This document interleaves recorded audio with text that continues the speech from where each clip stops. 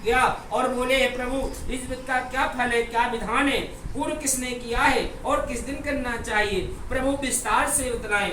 भगवान ने कहा, हे नारद, दुख शोक आदि को यह व्रत दूर करने वाला है, संतान को देने वाला है, सभी स्थानों में विजयी दिलाने वाला है। भक्ति और श्रद्धा के साथ किसी भी मनुष्य भगवान सत्यनारायण के समय धर्म परायण होकर भक्ति भाव से पूजा करे, नैवेद्य बनावे, केले का फल, शक्कर, घी, दूध, गेहूं का चूर्ण भगवान को भक्ति भाव से अर्पण करे और ब्राह्मण को भोजन करावे, स्वयं भोजन करे, रात में कीर्तन आदि का आयोजन करे। इस तरह जो मनुष्य समय व्यतीत करता है उसकी कलयुग में हर इच्छा पूर्ण होती है और वह इस लोक में सुख भोग कर भगवान के लोक को चला जाता है। रेवा खंडे प्रथमोध्याय संपूर्ण। बोलो सत्यनारायण भगवान की जय। श्रीमन्नारायण नारायण नारायण, श्रीमन्नारायण नारायण नारायण, भजमन नारायण नारायण नारायण, भजमन नारायण नारायण नारायण, लक्ष्मी नारायण नारायण नारायण, लक्ष्मी नारायण नारायण नारायण। बोलो सत्यनारायण भगवान की जय।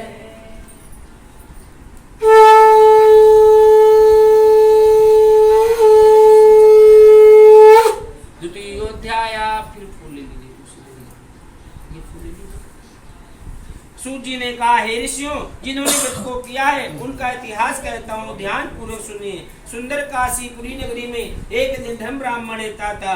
भूख प्यास से बेचैन होकर धरती पर मारा मारा घूमता था।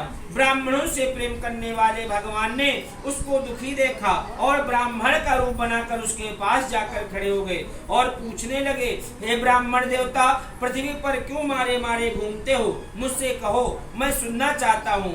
कष्टों से घिरा हुआ ब्राह्मण बोला, हे भगवान, मैं निर्धन ब्राह्मण हूँ, भिक्षा के लिए नित्य प्रति मारा मारा फिरता हूँ। यदि इसका कोई उपाय जानते हो कृपया मुझे बतलाएं, मैं आपकी शरण में आया हूँ।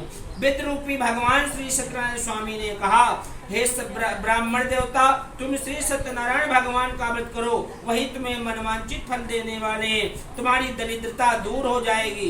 ब्राह्मण को सारा विधान बतलाकर भगवान सत्यनारायण स्वामी अंतर ध्यान हो गए और जिस वृद्ध ब्राह्मण ने यह व्रत बतलाया था उसने निश्चय कर लिया, परंतु उस रात्रि में ब्राह्मण को घर आया और नींद नहीं आई। अगले दिन जल्दी उठा और भगवान सत्यनारायण का व्रत करने का निश्चय किया और भिक्षा मांगने के लिए चल पड़ा।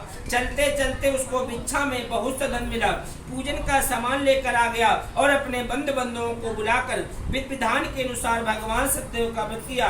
उस व्रत के प्रभाव से, भगवान सत्यनारायण की कृपा से वह ब्राह्मण दरिद्रता से, दुखों से दूर हो गया और अनेक प्रकार की संपत्तियों से युक्त हो गया। हर महीना वह ब्राह्मण भगवान सत्यदेव का निरंतर व्रत करने लगा। जो मनुष्य शास्त्र विधि के अनुसार भगवान सत्यदेव का पूजन करता है या कथा सुनता है वह सब पापों से छूटकर मोक्ष को प्राप्त होते हैं। भगवान कहते हैं, जो मनुष्य यह व्रत तन मन धन से सुनता है उसकी हर इच्छाएं कलयुग में पूर्ण होती हैं। जो विप्र भगवान सत्यदेव का श्रद्धा पूर्वक पूजन करते हैं वह मनुष्य मुक्ति को प्राप्त होते हैं। ऋषियों ने कहा, हे मुनीश्वर, संसार से सुनकर यह व्रत किसने किया है, यह सुनना चाहता है। उस ब्राह्मण से सुनकर यह व्रत किसने किया है, यह हम सुनना चाहते हैं, हमारे मन में श्रद्धा है।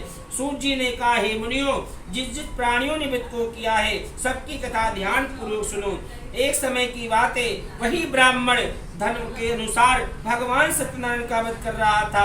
उसी समय एक लकड़ी बेचने वाला बूढ़ा व्यक्ति वहां आया। लकड़ियों का गट्ठा ब्राह्मण के मकान के पास रख दिया। प्यास से दुखी लकड़हारे ने ब्राह्मण को व्रत करते देखा और प्यास को भूल गया। नमस्कार किया और पूछने लगा, कथम अस्ति किम देवस्तम पूजनम च कुरुष्वमे। आप विधि विधान के अनुसार किस देवता का पूजन कर रहे हैं, इसका क्या फल मिलता है। हे भगवान, मुझे भी इसका संपूर्ण विधान बतलाइए। ब्राह्मण ने कहा, सब मनोकामनाओं को पूर्ण करने वाला भगवान सत्यनारायण का व्रत है। इन्हीं की कृपा से मेरे घर में धन वैभव की प्राप्ति हुई है। लकड़हारा व्रत के विषय में जानकर बहुत प्रसन्न हुआ और चरणामृत लेकर प्रसाद खाने के बाद अपने घर को चला गया। अगले दिन लकड़हारे ने मन में संकल्प कर लिया कि आज ग्राम में जो लकड़ी बेचने से धन मिलेगा, मैं भी भगवान सत्यनारायण का व्रत पूजन करूंगा। यह मन में विचार कर लकड़हारा लकड़ियों का गट्ठर सिर पर रखकर जिस नगर में धनवान लोग रहते थे, ऐसे सुंदर नगर को गया। लकड़ियों का दाम उसे 4 गुना मिला। दाम लेकर अति प्रसन्न हुआ। पक्के केले का फल, शक्कर, घी, दूध, गेहूं का चूर्ण लकड़हारे ने इकट्ठा किया और भगवान के अपने भाइयों को, बंधुओं को बुलाकर भगवान सत्यनारायण का विधि पूर्वक पूजन किया। उस व्रत के प्रभाव से लकड़हारा धन धान आदि से युक्त हुआ। अंत में वह भगवान के समस्त सुख भोग कर भगवान के लोक को चला गया। रेवा खंडे द्वितीयोध्याय संपूर्ण। बोलो सच्चिदानंद भगवान की जय। गोविंद मेरो है, गोपाल मेरो है, गोविंद मेरो है, गोपाल मेरो श्री बांके बिहारी नंद लाल मेरो है, श्री बांके बिहारी नंद लाल मेरो है। गोविंद मेरो है, गोपाल मेरो है, गोविंद मेरो है, गोपाल मेरो है। श्री राधा रमण नंद लाल मेरो है, श्री राधा रमण नंद लाल मेरो। गुरु राधा रमण लाल की